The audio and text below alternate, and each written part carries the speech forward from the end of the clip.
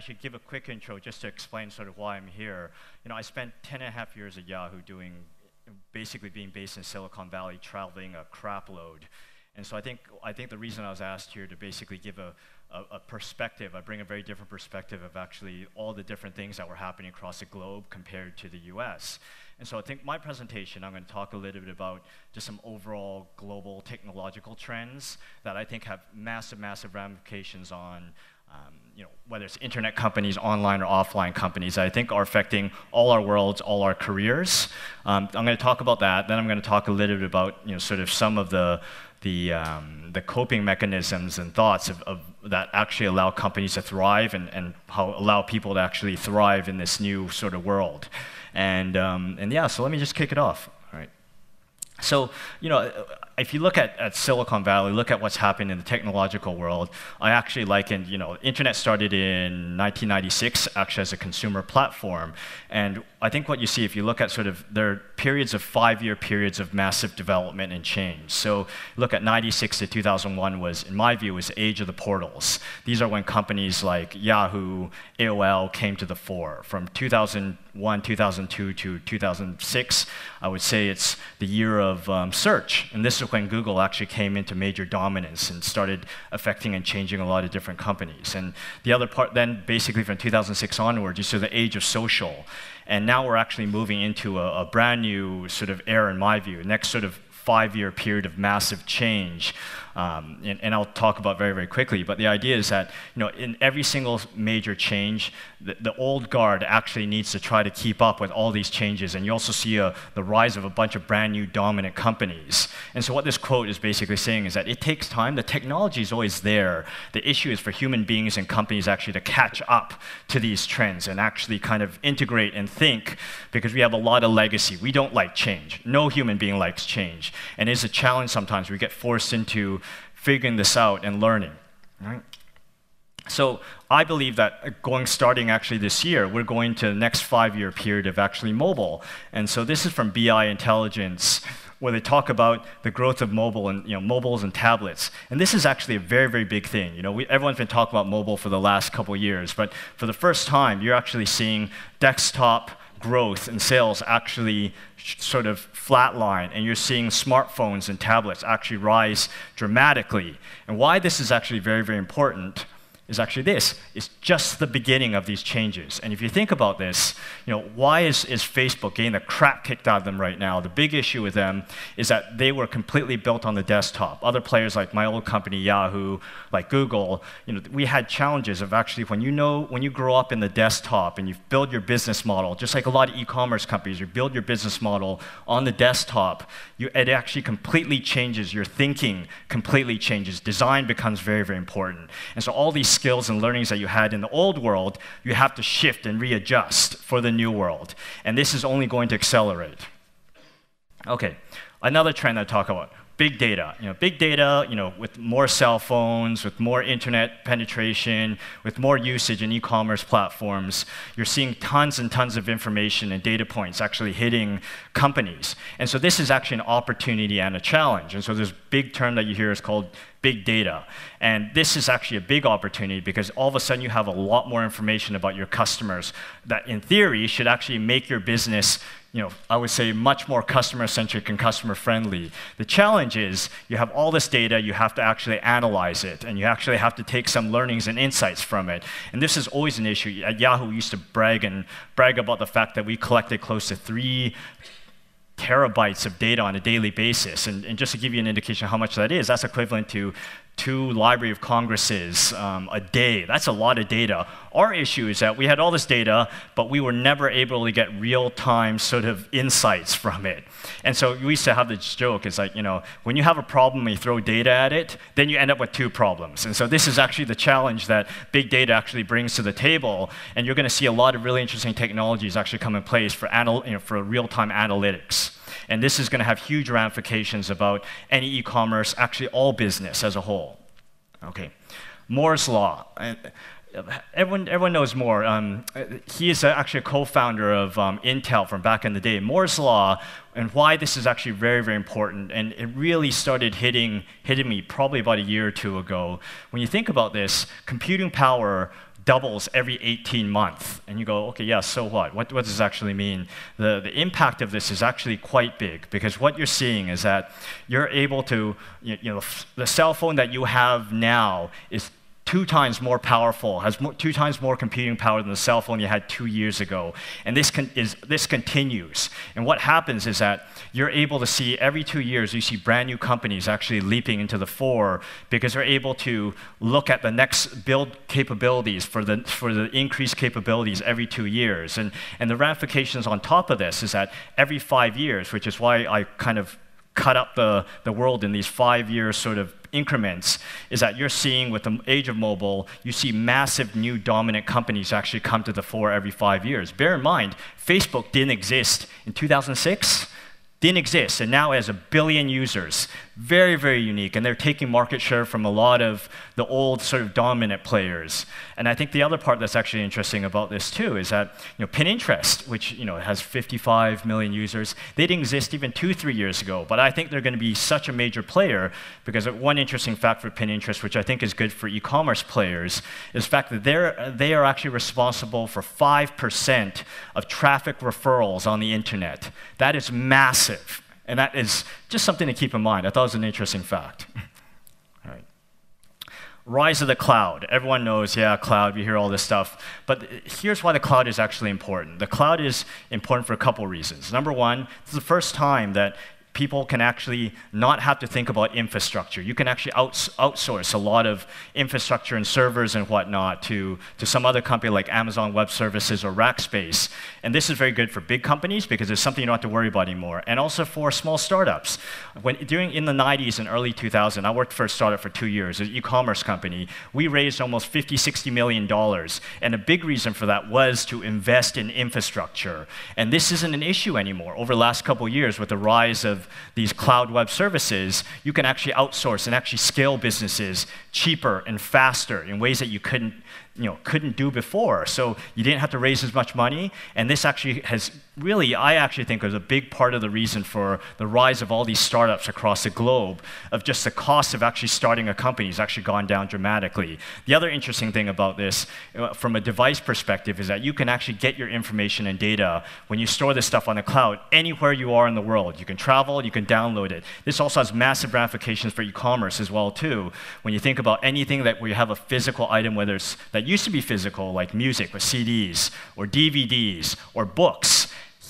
What's happened now is that because all the stuff is stored in the cloud, you can actually download it into your device from anywhere you want. And that really changes the space of e-commerce, actually makes it much more interesting. Consumerization of IT. So, and I think you can blame or give praise to Apple for this. I used to use a lot of internal systems like Siebel, which is a piece of garbage, SAP, which is terrible to use. One of the challenges are they build these things. My biggest complaint is that, in the IT world, you have a bunch of people who don't understand people building stuff for people, right? And that's been all the issues with like ERP. And over the last couple of years, you see this term called consumerization IT, because of just this design-centric design thinking now, where there's people who work in the office are now so used to this user-friendliness of Apple devices or any other device. They're demanding, why can't I actually use this for my regular work stuff? And so this cartoon is a good illustration of some of the things that are happening. And this is going to have huge impact on some of the big enterprise players. And one of the interesting things is that one of the fastest growing companies in the Valley right now is a company called Box. They started off actually as a consumer company, but now they've moved into the enterprise space and growing like a weed. And one of their advantages, and why they're kicking the crap out of everybody in their space, is that they come at it from a very consumer-centric mentality. So all their features are so easy to use. And that's the reason they've been able to infiltrate a lot of the Fortune 500 right now. They're in about 93% of the Fortune 500. Very, very big impact. And this came from the fact that you have devices and you want to access this information anywhere. And they make it very, very easy for them to do this and sidestep the IT department. All right. So all this stuff, everything I talk about, these massive technological trends, you're seeing what I call the supermarket shelf effect, is that there's more products than ever. There's more companies than ever. It's very, very, very, very, very hard to stand apart. So, and you used to depend on sort of media to sort of help you sort of be your guide. And no offense to media folks, media people are people. There's so much stuff, it's very, very hard to keep on top of this stuff. And so I use this slide. Mark Pincus from Zynga. This was Q1 of 2011. I'm sorry, I always say Q1. You're so trained when you run a business unit, you think in quarters. So it's been very hard to get past that. But in January, February of 2011, they were held up on the front page of Fast Company, as well as a lot of other magazines. And what can I say? Zynga is probably not the company that's exemplar right now. Their business has dissolved over the last while. They went public in December of 2011, and their business has unfortunately deteriorated. I could actually put up another slide of Groupon, but I can put up a lot of Andrew Mason, other companies that used to be high flyers. And when I talk about this safe is unsafe, and I say sort of sexy is unsexy, is that because of all these fast-changing trends, it's so hard for companies to sort of stay on top. And one of the things in the Valley, which is a personal story, I have as you know, I'm ex-Yahoo. We had a huge exodus of Yahoo people in the last 2-3 years. I'll say 3 years. And many of these folks actually end up going to companies like Groupon or Facebook or Zynga. And I remember when, it was a great indication that you're doing the right thing or you think that you're doing the right thing is when you hear and oh, congratulations, you're going to be a millionaire, you're going to do so well. I can tell you, all my friends who joined those companies, I'm not being sort of facetious, but none of them made money, right? And so the point is, when you join and everyone congratulates you, you're probably doing the wrong thing, in my opinion, at least that we learned in the Valley. Okay, so if you look at all these changes, I believe that these changes are only going to accelerate. This is just how do you deal with this? How do you sort of stay on top of these things? And so I'm going to share a couple sort of thoughts and tactics, I guess, on sort of how you do this. So, have you heard of this thing called the OODA loop? And I got this from my good friends at the Coburn Ventures, which they're one of the leading technological sort of advisory companies, and they also run a very successful hedge fund out in New York. And so there's a term called the OODA loop. There's a guy named Colonel John Boyd during the 60s and 70s, and he actually developed the US Air Force sort of warfighting doctrine, which is OODA. And so the point is basically observe, orient, decide, and act. And what he's saying is that the fighter pod that's able to go the OODA loop faster than the opponent can shoot down their opponent.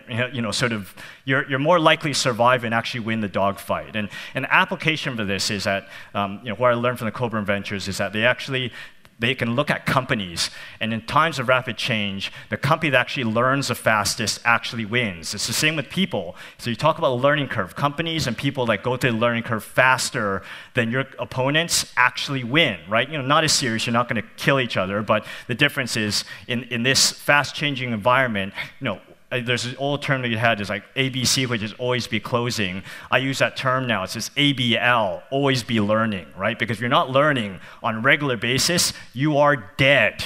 There's no question. You are dead. Okay.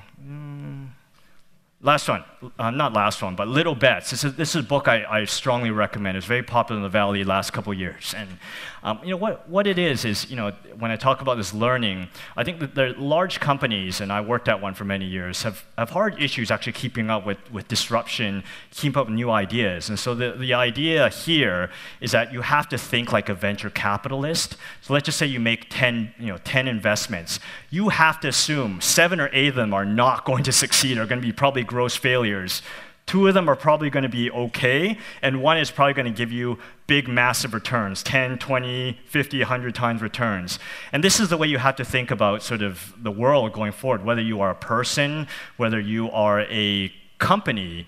The challenge with large companies, they're built for optimization, right? So the idea is everything they think about is return on net assets, ROI, right? Internal rate of return. And this actually holds them back. It's great when it comes to when your market doesn't change very quickly or doesn't change in 10 years. Very different when your market is changing 2 to 5 years. And so this idea of little bets actually allows you to sort of try little things, and the way the thinking becomes affordable losses, not ROI. Because the idea is when you actually can attribute direct ROI, that basically means you're too late, right? Somebody's already come in, and there's already established competition.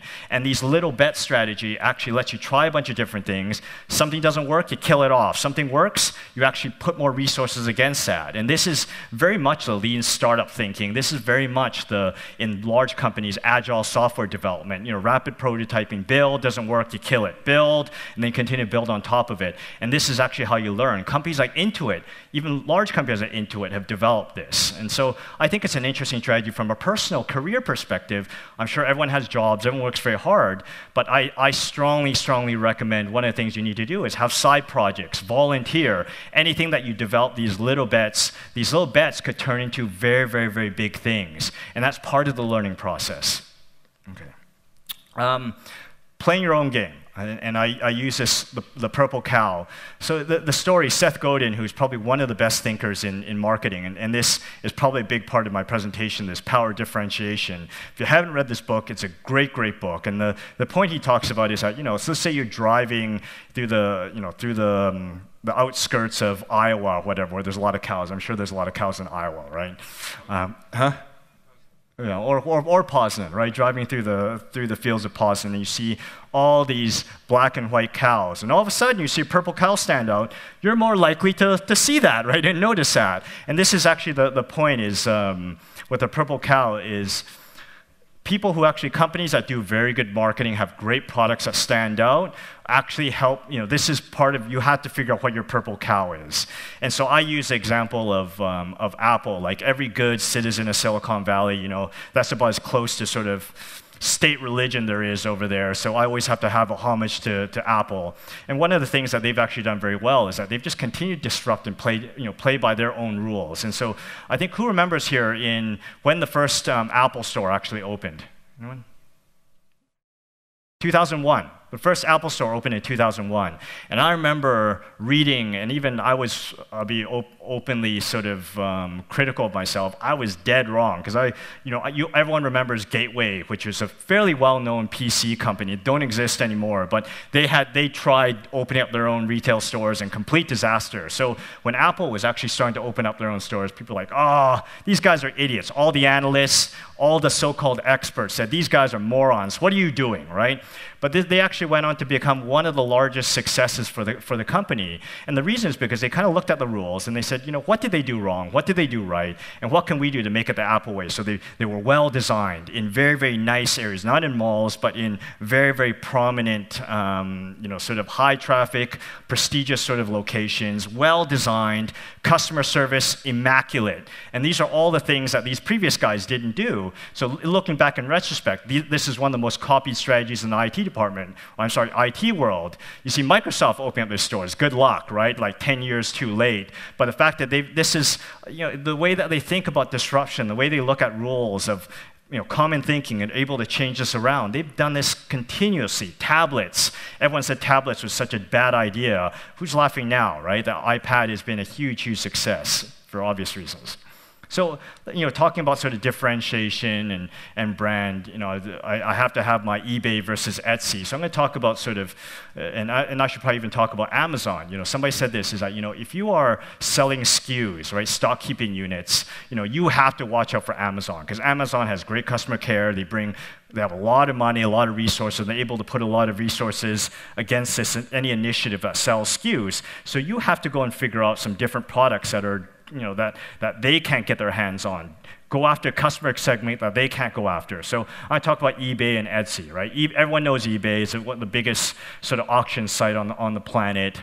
Versus Etsy. Etsy actually started out of New York, and Brooklyn specifically, and they start off as sort of marketplace for handmade, handcrafted goods, so sort of more of the small, medium enterprise selling to sort of consumers. And this has been a huge success, very niche, but they're growing like a weed. And then I look at sort of this disruption and differentiation and looking at new categories and redefining categories. And when Virgin Atlantic came out, and I didn't do this just because I met Alex yesterday.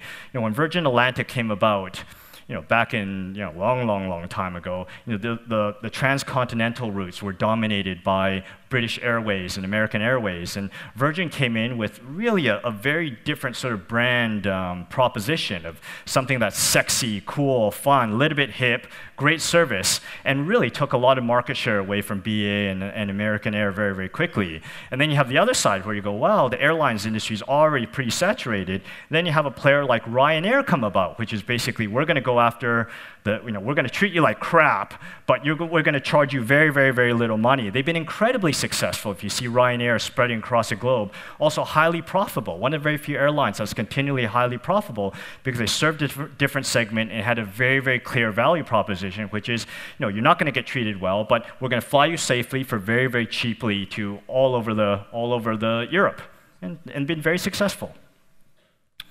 So I'm going to talk about people. This is, I'm going to admit, Dave McClure of 500 Startups. So he's actually a friend of mine. And 500 Startups is this upstart venture capitalist firm that's come out of the Valley in the last 2.5, 3 years. And talking about disruption and standing out and differentiation, why I really like them a lot. I really like them a lot. I'm actually a mentor with their tech accelerator. Is that this guy came out in the last 2.5 years, and the old rules, if you look at how stodgy the venture capitalists, no offense to any venture capitalists here, but I'm talking about Silicon Valley, how stodgy the Silicon Valley sort of VC firms have been. And this guy's come out of nowhere to have incredible, incredible brand perception. He's taken a look at a lot of the rules, and the rule is you don't invest more than 15, 20 companies a year, and you'll see this guy invests over 100 companies a year. Yes, early stage, but he invests on a very, very wide number, really, really early. He puts on events. He dresses like a total slob. No offense to Dave. I mean, he meets presidents and he dresses like a total slob. He swears like a sailor. This guy swears more than I know anybody does. But he does this and he shows up at all the competitions, but this is his point of differentiation. And so if you go to Valley and you ask, who here knows 500 Startups, or you ask any startup company across the globe, everybody knows 500 Startups. Everybody knows Dave McClure. And it's because he's gone and taken a look at these rules, these so-called rules, and completely disrupted them. And this is something to think about for yourselves too. So I've mentioned the learning, the strategy of little bets, differentiation from a marketing, from a marketing and sort of segmentation perspective. But all this stuff is useless. So who here has seen Jiro Dreams of Sushi? Anybody? 2, 3, 4, 5. So okay, not everyone. So let me tell you the story of Jiro. This guy is now 86 years old. He runs a small little sushi shop in the Ginza subway. Has 10 people, 10 seats. And you're like, why are you showing this? I'm trying to. Why is this important? Because this man, his sushi shop actually was given 3 Michelin stars, right? And if you guys are foodies, that is a very, very, very big deal. And let me tell you a little bit about this. Is that he's been running the shop for decades, and you go in for a meal, you sit down for 15, 20 minutes, and do you know how much it costs? It costs $300. And what makes this very, very special is that he takes the best materials, the best ingredients, the freshest ingredients, and he adds these very special techniques and touches on them. I'll give you a great example, like octopus. He spends 45 minutes before he serves a fresh octopus, massaging the octopus, because it's to make it taste better, right? To make it softer. To be an apprentice in his shop, he requires you to actually work for 10 years before he actually lets you make sushi. So there's all these little steps. And where I'm going with this is that all these strategies and tactics that I talk about are nothing if you do not treat what you do like a craft. He has incredible passion and interest in what he does. He loves what he does. The only time he doesn't go into work is actually vacations.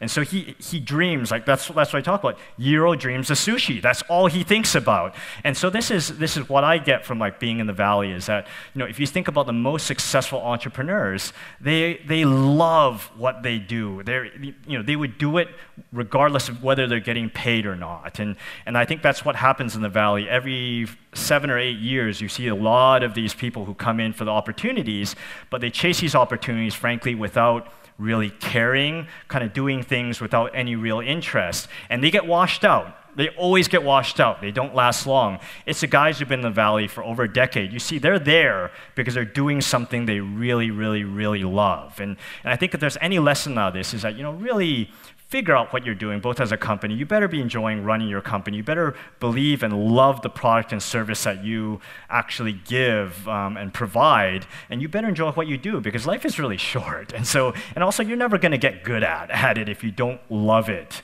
And so, sort of to bring this all together, I'm going to paraphrase this from Jerry Garcia. The point is like, I don't want to be the best. I want to be the only. And that's actually, think about that. And the only way you get there is by differentiation, by learning very quickly on a regular basis, and really loving what you do. And so if you get anything out of this presentation, maybe it's this last slide, I hope you sort of pay attention to. But that's kind of my presentation. So thank you for listening. Just stay up here with me, Marvin. Sure. I've just got a quick question for you. We're not going to sit down because we've got a very exciting contest coming up in just a moment. Just one thing, we had a chat before you came on stage. It was about when is the best time to maybe join a friend or mate who's got a brilliant idea, who's an entrepreneur, rather than waiting until maybe the company's successful and then joining. And we came to the conclusion that maybe the best time is when it's really risky at the start. Yeah, I think the sign is when you join and you tell your friends and you tell your family, and then and of course, assuming you believe in the company and believe in that product, right? I actually think the best sign is that when you're telling your family and friends and they're going, "What are you doing? Are you nuts?" Yes. Like actually, that's in my opinion the best time to join because there's high risk premium involved in that, and that's actually more likely when you're actually make impact. And how about ideas, though? If someone's got an idea and they've gone to their circle of friends and families and they've presented the idea and it's been met by a wall of silence and not warmth, do you think that's it, or do you think they should explore the idea further? My view is that I strongly believe if you really believe in it, just go do it. Who cares what other people think? But people have different views on this. But I actually think if you really believe in it, try it out, right? Just go try it. Take a little bit, and you don't have to spend all your life savings on it, but see if it works. So it's a little bit rather than a huge amount of money. Yeah, don't mortgage your house on it unless you really, really believe in it. Then that's the whole entrepreneurial process. And finally, for Yahoo, obviously, have had mixed fortunes over the years. Had numerous chief executives. Got a new one that's just come in. Yep. Just had a child. Nothing wrong with that. I have children of my own as well. This is quite a big challenge for her. Come from Google. Some say left amicably. Others said that she was on her way out anyway. Is this the right person, do you think, to steer Yahoo through what's been quite a torrid time over the last few years? That's a good question, because I'm trying to think of my... Are you out of contract now? Yeah, can you speak about it? I'm trying to think if I have a non-disparage... I'll say this. She's a really smart lady, and she was very successful at Google, and as a shareholder, I hope she's successful. Absolutely. Well, they could do with some success, couldn't they? Well, Marvin, thank you so much for your time. Please give it up for Marvin Liao. Thank you, guys. Thank you, Marvin. Thank you.